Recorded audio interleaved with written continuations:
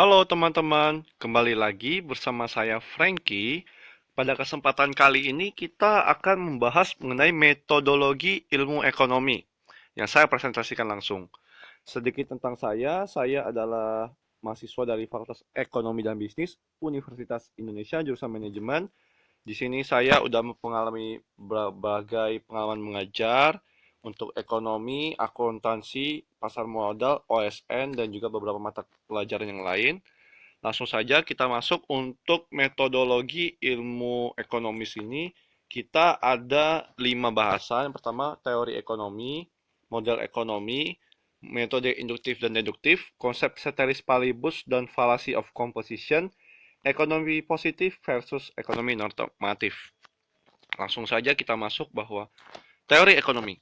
Teori adalah pernyataan atau sekumpulan pernyataan tentang sebab, akibat, ataupun aksi reaksi.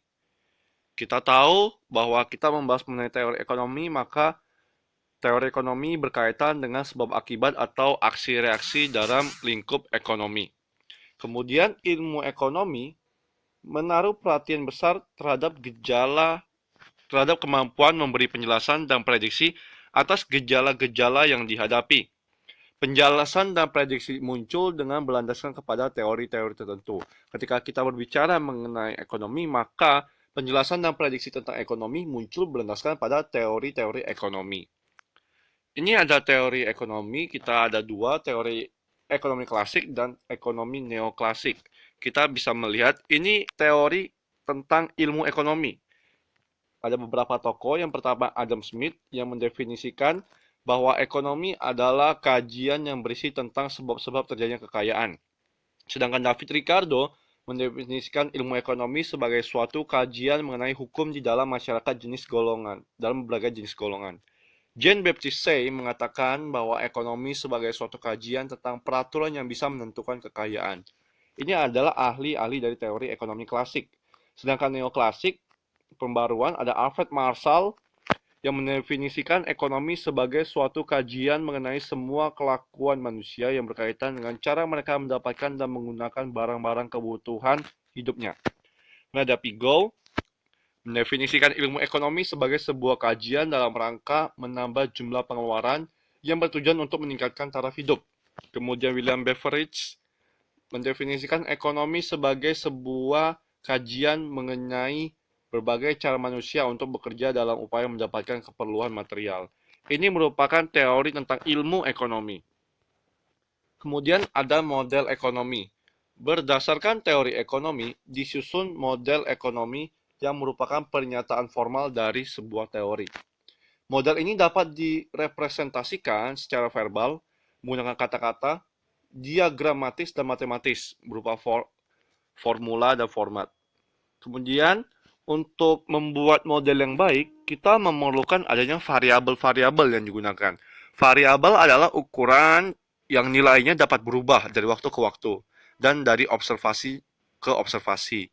Dalam menyusun sebuah model, kita harus memperhatikan beberapa detail dan variabel. Kemudian ada prinsip dari Occam Razor yang mengatakan bahwa detail-detail yang tidak relevan sebaiknya dikeluarkan dari model karena itu tidak membawa pengaruh yang signifikan terhadap model.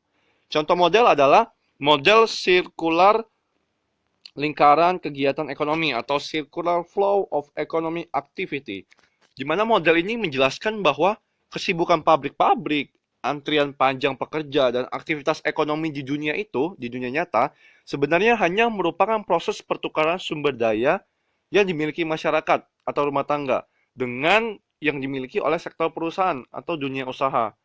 Dari model ini kita bisa melihat aktivitas ataupun aliran dari proses pertukaran barang dan jasa dan uang. Kita bisa melihat di sini ada contoh dari circular flow diagram yang sederhana dengan melibatkan dua pelaku, yakni rumah tangga konsumen dan rumah tangga produsen. Di sini kita bisa melihat ada dua pasar, pasar output untuk pasar barang dan jasa dan pasar input atau pasar faktor produksi. Kita bisa melihat alirannya dari sini. Kita mulai dari rumah tangga konsumen. Rumah tangga konsumen menawarkan faktor produksi di pasar input atau pasar faktor produksi. Rumah tangga konsumen atau kita kita menyediakan tenaga kerja, modal, tanah, kewirausahaan yang lainnya di pasar faktor produksi yang nantinya dibeli dan digunakan oleh rumah tangga produsen untuk melakukan kegiatan produksi. Dari kita menyerahkan tenaga kerja, modal, tanah, kewirausahaan, kita mendapatkan balas jasa. Rumah tangga produsen mengeluarkan arus uang dari sini ke pasar padat produksi. Dari pasar faktor produksi, kita mendapatkan keuntungan. Kita mendapatkan sebuah balas jasa. Untuk tenaga kerja, balas jasanya upah ataupun gaji. Jika tanah, diberikan sewa. Jika modal, bunga. Jika kewirausahaan bisa diberikan laba ataupun dividen. Itu tadi arus dari pasar faktor produksi. Kemudian setelah rumah tangga produsen mendapatkan beberapa faktor produksi, rumah tangga produsen melakukan kegiatan produksi dan dijuallah barang dan jasa tersebut di pasar output atau pasar barang dan jasa. Dan dari pasar barang dan jasa dibeli oleh rumah tangga konsumen. Rumah tangga konsumen pun mengeluarkan uang seperti arus uang ini untuk mendapatkan barang dan jasa.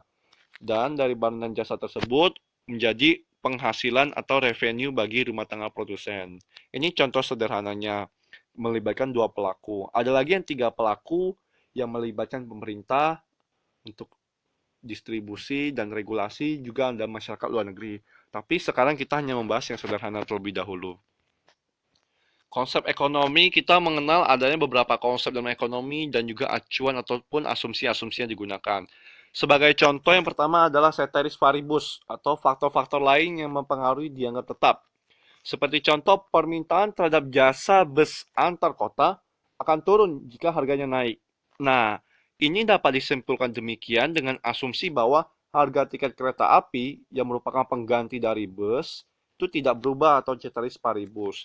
Namun jika harga tiket dari kereta api berubah dan tidak ceteris paribus, maka kesimpulannya akan berbeda lagi.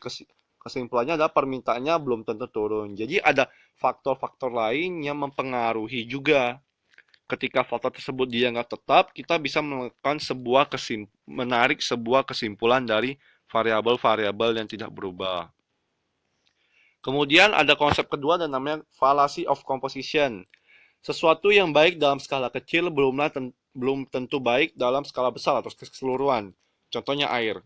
Mengapa di sini saya bisa mencontohkan air? Padahal kan air sangat bermanfaat ya bagi kehidupan kita untuk makan, minum, memasak, mencuci, mandi, dan lain sebagainya. Tapi air tersebut harusnya dalam jumlah yang cukup sesuai dengan kebutuhan kita. Dalam skala yang kecil. Kecil itu relatif sesuai dengan kebutuhan. Tidak bisa kita mengibarkan kecil itu adalah sedikit. Jadi di sini kita melihat air dalam skala kecil itu baik, tapi air dalam skala besar belum tentu baik. Kenapa? Contohnya banjir. Banjir bisa membawa kerugian. Kemudian saya contohkan lagi misalnya hidup hemat. Hidup hemat memang sangat baik bagi kita individu-individu. Tetapi jika seluruh individu hidup hemat, apa yang terjadi? Permintaan agregat akan menjadi rendah dan pertumbuhan ekonomi negara kita pun akan rendah karena kita menghemat tadi pengeluaran kita. Itu contoh dari fallacy of composition yang merupakan teori dasar atau konsep dasar dari ekonomi. Kemudian ada metode deduktif dan metode induktif. Dua metode ini digunakan sebagai analisis ekonomi. Yang pertama itu ada metode deduktif, merupakan metode pengambilan kesimpulan untuk hal-hal khusus berdasarkan kesimpulan secara umum. Jadi dari hal yang umum ditarik kesimpulan khusus. Contohnya, bila secara umum harga naik, maka permintaan turun.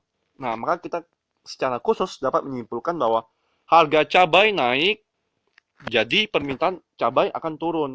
Merupakan dari hal khusus berdasarkan hal umum. Kebalikannya, metode induktif adalah metode pengambilan kesimpulan untuk hal-hal umum berdasarkan hal khusus. Contohnya adalah The Great Depression pada 1929 sampai 1933. Fenomena ini bisa kita katakan sebagai metode induktif, salah satu pengaplikasian untuk mengambil kesimpulannya. Karena didasarkan pada hal-hal khusus, kegiatan ekonomi, kegiatan pasar di sebuah negara yang gagal mekanismenya, kemudian akan menjadi masalah besar yang berlarut secara global dan melanda perekonomian dunia. Kemudian ada ekonomi positif dan ekonomi normatif. Dari pernyataan ekonomi positif, itu menerangkan tentang hal-hal yang yang akan terjadi dalam ekonomi, biasanya sesuai dengan konsep dan teori. Seperti contoh, apabila produksi iPhone turun, maka harganya akan naik.